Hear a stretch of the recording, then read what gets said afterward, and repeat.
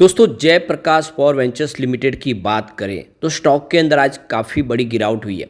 लेकिन ये गिरावट सिर्फ जेपी पावर में नहीं है, ओवरऑल बाजार में बहुत ज़बरदस्त गिरावट हुई है। अब आप देख सकते हो कि इस गिरावट के पीछे की असली वजह क्या है। आप ये समझ ही सकते हो कि बाजार में जो तूफानी गिरावट हो रही है, इससे आने वाले समय में क्या निवेशकों को भारी नुकसान होगा। वैसे ऑलरेडी देखें तो पिछले 2 दिन में ही निवेशकों को काफ़ी बड़ा नुकसान हुआ। कल भले ही बाजार में गिरावट न हुई हो, लेकिन मिड कैप और स्मॉल कैप में तो कल भारी गिरावट हुई थी और आज देख सकते हो कि फिर से दूसरा दिन है जब गिरावट हुई है बाजार में बहुत बड़ी और लोगों का पोर्टफोलियो में ज़बरदस्त नुकसान हुआ है। लेकिन आगे की क्या संभावना है उसको समझेंगे इस वीडियो के माध्यम से। क्या जेपी पावर में फिर से एक शानदार तेजी आएगी, क्योंकि इस बार हमने रिजल्ट काफ़ी अच्छा देखा है। पिछले दिनों कुछ अपर सर्किट भी लगे, लेकिन उसके बाद में फिर गिरावट के चपेट में स्टॉक आ चुका है। तो क्या करना चाहिए जानने की कोशिश करेंगे इस वीडियो के माध्यम से। लेकिन फ्रेंड, उससे पहले अगर आप पहली बार हमारे चैनल पर आए तो चैनल को सब्सक्राइब कर दीजिए, एक बेल आइकॉन दबा दीजिए ताकि जब भी नया वीडियो बने पहला नोटिफिकेशन आपको मिले। वीडियो पसंद आए तो लाइक से जरूर कीजिए। चलो फ्रेंड्स, वीडियो स्टार्ट करते हैं। मैं हूं आपका दोस्त एसपी दवे और हमारे अपने चैनल ऑनलाइन कमाई में आपका बहुत बहुत स्वागत है। तो सबसे पहले निफ्टी एनर्जी की बात कर ले तो आज ज़बरदस्त गिरावट हुई है।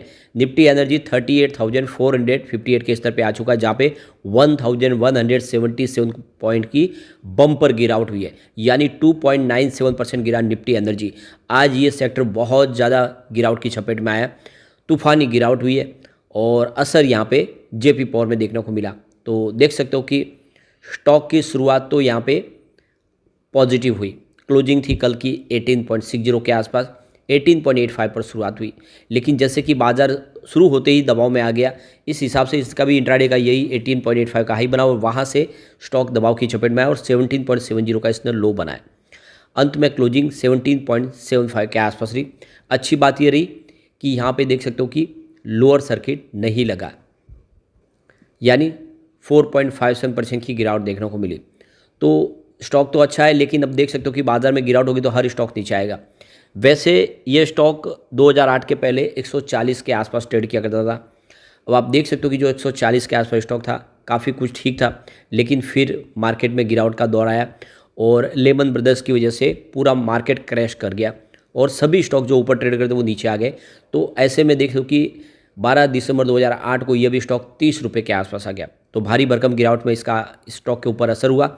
स्टॉक 30 तक आ गया। जो स्टॉक 140 के आसपास ट्रेड कर रहा था वो 30 पे आ गया। लेकिन उसके बाद में बाजार में एक बाउंस बैक देखने को मिला, तो इस स्टॉक में भी अच्छी खासी रिकवरी देखने को मिली। ये स्टॉक फिर से 92 को क्रॉस कर गया 2009 में, यानी देख सकते हो कि 30 से स्टॉक फिर से 92 को चला गया और वो भी साल भर के अंदर काफ़ी अच्छा प्रदर्शन दिया।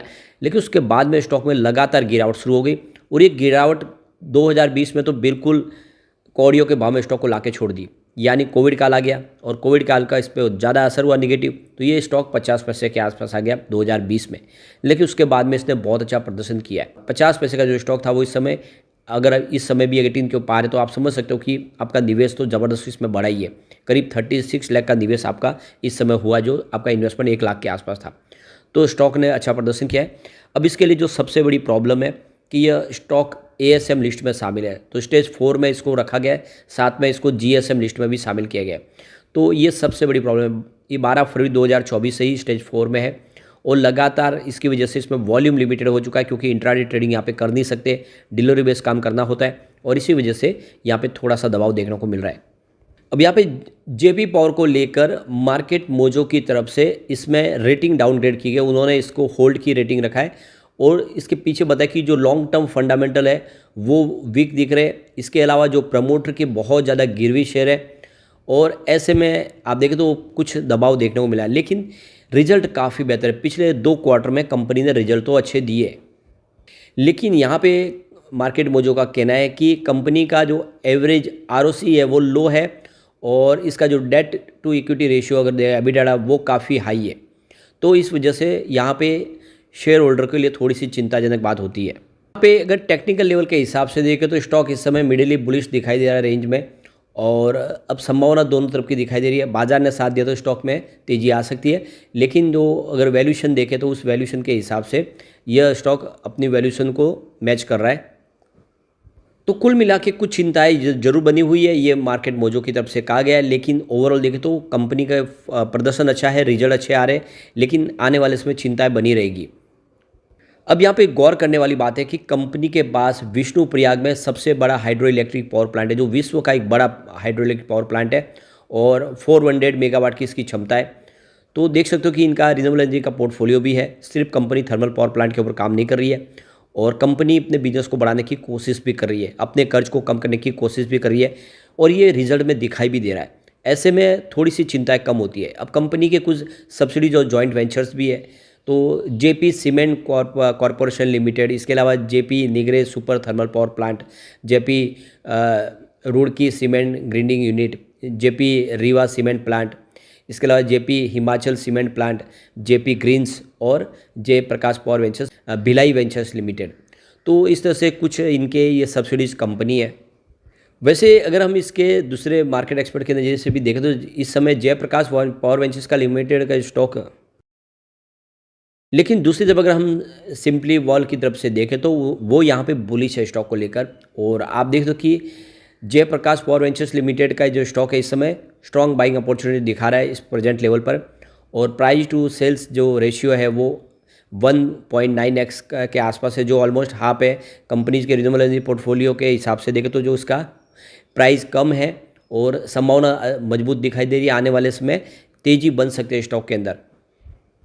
तो कुल मिला के देख सकते हो कि जेपी पावर में अगर आप लॉन्ग टर्म इन्वेस्टर तब तो चिंता की बात नहीं, स्टॉक के अंदर आप बने रह सकते हैं या फिर इस लेवल पे खरीदारी भी कर सकते हैं। लेकिन अगर आप शॉर्ट टर्म इन्वेस्टर हैं तो मार्केट जो इस समय मार्केट के सेंटीमेंट देख के बाजार से थोड़ी दूर रहना चाहिए, स्पेशली छोटे stock, small cap penny stock जिसमें बड़ी गिरावट की संभावना बन सकती है शॉर्ट टर्म में।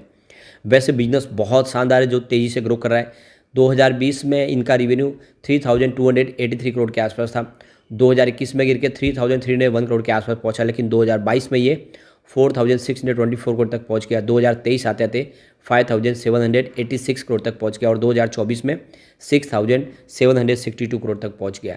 तो लगभग डबल हुआ है पिछले 3-4 सालों में। रिवेन्यू बहुत ज़बरदस्त बढ़ा है और ये आंकड़े उत्साहवर्धक है जो इशारा करे कि स्टॉक कमाल कर सकता है। अगर आप इसको लॉन्ग टर्म के लिए होल्ड करेंगे तो आपको अच्छा रिटर्न मिल सकता है। प्रॉफिट लॉस की भी बात करें, 2020 में 2214 करोड़ का भारी भरकम लॉस था, 2021 में 215 करोड़ का प्रॉफिट हुआ, 2022 में गिर के ये 107 करोड़ के आसपास आ गया, 2023 में इनका प्रॉफिट मात्र 55 करोड़ के आसपास था, यानी प्रॉफिट 2 डिजिट में आ गया। लेकिन 2024 बहुत ही शानदार है, प्रॉफिट बढ़ के सीधा 1021 करोड़ तक पहुंच गया है। तो जहाँ पे 2020 में 2000 करोड़ के आसपास का भारी लॉस था, 2024 में 1000 करोड़ के आसपास का प्रॉफिट आ चुका है। तो कंपनी ने बहुत ज़बरदस्त प्रदर्शन किया है, बड़े लॉस से कंपनी प्रॉफिट में आ चुकी है। इसके अलावा इसका ईपीएस देखें तो 2020 में 3.01 रुपीज़ माइनस था और आप देख सकते हो कि 2024 में ये 1.09 रुपीज़ पॉजिटिव हो चुका है। तो ईपीएस भी पॉजिटिव हो चुका है और आने वाले समय इसमें एक तेज़ी की संभावना बन सकती है। डेट टू इक्विटी रेशियो पूरा नीचे आया 2020 में, जहाँ पे 0.92% के आसपास था, जो इस समय देखो कि 2024 में 0.37% के आसपास आ गया है। तो डेट टू इक्विटी रेशियो नीचे आया है और ईपीएस बढ़ा है। रिजल्ट में आप देखें तो रेवेन्यू प्रॉफिट बढ़ा है। ये सारी बातें साबित कर रही है कि ये स्टॉक अच्छा कर सकता है। अब इसके कुछ टारगेट अंदाजे के जो है कि आने वाले समय क्या इसकी प्राइस रह सकती है। 2024 के लिए मैक्सिमम टारगेट 16 रुपीज़ है और मिनिमम टारगेट 13 रुपीज़ का है। 2025 की बात करूँ मैक्सिमम टारगेट 22 के आसपास है और मिनिमम टारगेट 18 रुपीज़ का है। 2026 की बात करें तो इसका मैक्सिमम टारगेट 29 के आसपास हो रहा है और मिनिमम टारगेट 26 का है। 2027 की बात करें तो 39 के आसपास इसका मैक्सिमम टारगेट है और मिनिमम टारगेट देखें तो 34 का है। और अगर बात करें 2030 की तो 59 तक स्टॉक जा सकता है, मैक्सिमम टारगेट दिखाई दे रहा है। जो लो टारगेट है, मिनिमम टारगेट वो 51 के आसपास है, यानी 50 तक आराम से जा सकता है। ऐसे में निवेश का अच्छा मौका बनता है, खरीदारी करनी चाहिए। आने वाले समय ये आपको मालामाल कर सकता है, लेकिन शॉर्ट टर्म इन्वेस्टर फिलहाल इस समय बाजार से दूर रहे। लेकिन फ्रेंड, कोई भी इन्वेस्टमेंट करने से पहले अपने फाइनेंशियल एडवाइस से ले ले या अपना खुद का रिसर्च करें, क्योंकि मैंने वीडियो आपके एजुकेशनल पर्पज़ के लिए ही बनाया। वीडियो पसंद आए तो लाइक से जरूर कीजिए और चैनल को सब्सक्राइब कर दीजिए। Thank you.